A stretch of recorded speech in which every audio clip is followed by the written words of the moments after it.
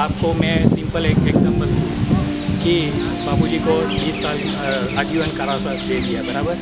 तो एक सोची समझी साजिश की तरह से ये सब मुझे लगा, इसलिए लगा कि 4.5 साल से बापूजी जेल में है।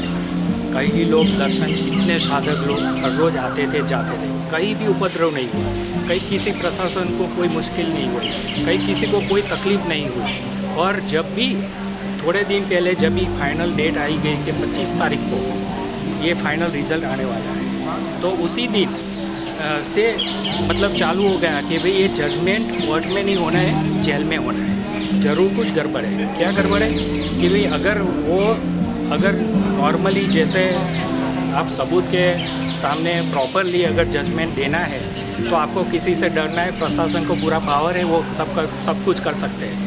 फिर भी उन्होंने जानबूझकर जैसे प्री प्लानिंग है कि बापूजी के अगेंस्ट में ही देना है, और लोगों को मतलब ये करने के बहाने ये लोगों ने पूरा जेल में, तब से लोगों को पता चला कि ज़रूर ये कुछ गड़बड़ वाला होने वाला है, कि बापूजी के अगेंस्ट में होने वाला है, तभी वो जेल में सुनवाई करवाई। वरना उसके पहले सलमान खान का भी वहाँ पे हुआ, उनकी भी वो भी सेलिब्रिटी है, वो भी कई सारे लोग वहाँ पे आए थे, फिर भी वो कंट्रोल कर सकते हैं। और बापूजी साधक ने आज तक किसी ने कोई कुछ कई ऐसा खिलाफ कुछ कार्रवाई नहीं की। वो सब बापूजी की आज्ञा मानते हैं सब लोग, और उनकी आज्ञा से चलते हैं। फिर भी ये लोगों का प्री प्लानिंग है, इसमें मुझे अंगत मेरा ओपिनियन है कि सब पहले से ही तय किया हुआ था कि भाई ये बापूजी को ये करना है। और मैं आपको ये बताऊँ कि शिल्पी और शरद है, वो तो एक गुरुकुल के संचालक थे, और जब संचालक थे उनकी फ़र्ज में क्या होता है कि कोई भी है वाली आवे कि कोई भी बोले कि बापूजी से मिलना है, तो कोई भी बोले तो उनका काम है कि भाई बापूजी से मिलना है, तो वो तो फ़ोन मतलब उनको कि फलाने एक नज़दीक के शिवा भाई है तो उनका कांटेक्ट करो, वो मिलाएंगे। वो क्या काम है कि इसलिए वो तो बात ही नहीं होती। और वो लड़की के माँ बाप है, वहाँ पे पढ़ती थी वह लड़की, उनके माँ बाप है तो जवाब तो वो देंगे, और उनका जवाब के हिसाब से वो लोग गए, वो बोलते हैं। पर मैं ये बताऊँ कि सिर्फ उनका गुनाह क्या है दोनों का, कि वो फ़ोन पे बताया कि भाई आप वहाँ पे जाओ, और वही उनकी गुनाहगोरी, और उसके सामने उनको 20 साल की कारावास सज़ा।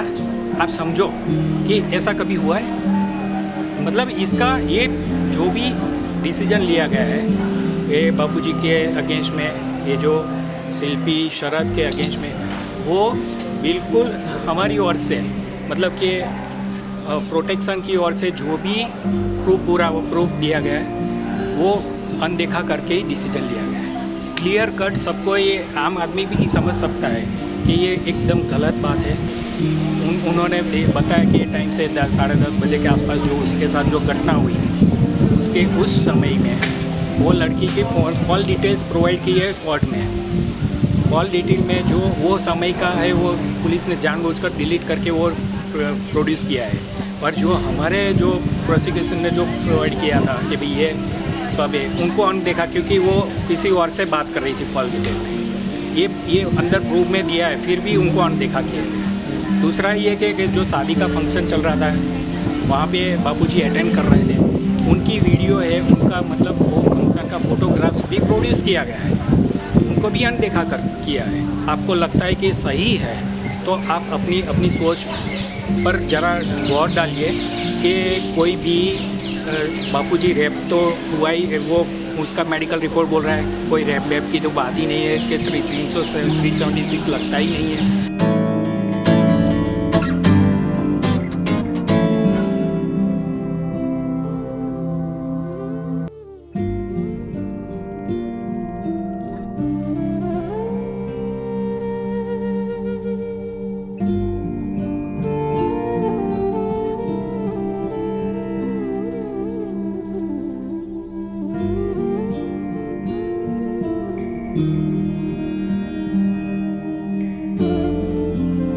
26 अगस्त 2013 को जोधपुर के डीसीपी अजय लांबा ने प्रेस कॉन्फ्रेंस में यह साफ बताया कि एफआईआर में कहीं भी ऐसे दुष्कर्म का उल्लेख ही नहीं। वेरी फर्स्ट डे से हम ये कह रहे हैं कि 376 का ना कोई मेडिकल एविडेंस है, ना कोई पीड़िता ने आरोप लगाया है। फिर भी वो स्पर्श करने से भी अगर ये रैप की बात करते हैं और इतना आजीवन कारावास की बात करते हैं, आज तक ये कभी भी आपने सुना है कि किसी हर रोज़ लोग जाते आते हैं, कितने लोगों को कितने से कैसे स्पर्श होते होंगे। कोई भी लड़की किसी के नाम पे ऐसे लगा दे और उसको आजीवन कारावास कर दे, ये ऐसा ये एक कानून एक जैसे उसको बापूजी को जैसा कि मुझे तो अंगत ऐसा लगे कि जैसे बापूजी के लिए बनाए, उनको अंदर डालने के लिए और फिर उनको आजीवन कारावास लेने के 2 दिन पहले तो एक लड़की ने ये रैप के मामले में 3-4 जो एविडेंस बने और 12 साल के बाद जो भी है उसको आजीवन कारावास करना है, ये भी एक सोची सजी साजिश बापूजी को अंदर करने के लिए ये किया गया है। ये लगता है और मेरे को नहीं, सबको लगता है। और हाँ, मीडिया का काम है उनको पैसा मिलना है, उनको कोई भी तरह से पैसा मिले तो वो कोई भी न्यूज़ जो भी पैसा जैसा दे ना उसी हिसाब से चलता है। वो कोई भी मीडिया ट्रू नहीं दिखा रहा है और आज भी वही काम कर रहे हैं और उनका काम वैसे भी हिंदू संस्कृति सनातन धर्म को तोड़ने के लिए काम कर रहे हैं। अच्छा, लड़की जिस दिन की घटना बता रही है तो लड़की बोल रही है हमको अंदर बुलाकर उनके साथ गलत किया गया, तो आपको क्या लग रहा है इस पर? पहली बात तो लड़की जो जिस समय पे बता रही है वो समय तो बाबूजी 50-100 लोगों के बीच में सत्संग कर रहे थे, उसका फुटेज भी है। 7 बजे से लेकर 11:45 तक बाबूजी बाहर ही थे, कुटिया में गए ही नहीं। उनके सारे प्रूफ हमने न्यायालय में दिए हैं, तो वो सब तो झूठ नहीं हो सकते। पता नहीं सच्चाई क्यों छुपाई जा रही है। बाकी लड़की ने सरासर झूठ ही बोला है। आपको पता है कि अभी भी लड़की ने जो बोला कि मुझे शिवा भाई वहाँ पर लेके गए थे, और वो तो पता चल गया कि शिवा बड़ी हो गए क्योंकि वो शिवा वहाँ पे थे ही नहीं। शिवा भाई यहाँ से ही पता चल रहा है कि लड़की ने कितना झूठ बोलना शुरू किया। जब पहली कड़ी झूठी है तो उसकी आगे की कड़ी भी तो झूठी ही होगी। जिस समय की घटना लड़की बता रही है उस समय शिवा को बरी किया गया और शिवा था ही नहीं वहाँ पे, ऐसा बताया जाता है। और उसकी पूरी कॉल डिटेल भी है और वो बंदा उसकी टिकट भी बताया जाता है कि दिल्ली के लिए उसका टिकट था जोधपुर से, तो उसको उस आधार पर बरी किया गया कि शिवा का कोई रोल नहीं रहा, तो उसको बरी किया और बापूजी को दोषी ठहरा दिया गया। तो उससे आप क्या कहना चाहेंगे? इससे ये कहना चाहूँगी कि जब शिवा जो इसके आधार पर लड़की कह रही कि वो बापूजी की कुटिया में गई, तो जो शिवा को बरी किया गया तो बापूजी को किस आधार पर सज़ा सुनाई गई? जब लड़की को ले जाने वाला शिवा भाई वहाँ पे नहीं थे तो लड़की तो गई नहीं, तो साफ सीधी बात है। तो फिर किस आधार पर सज़ा सुनाई? बापूजी तो निर्दोष है, इससे साबित हो ही रहा है।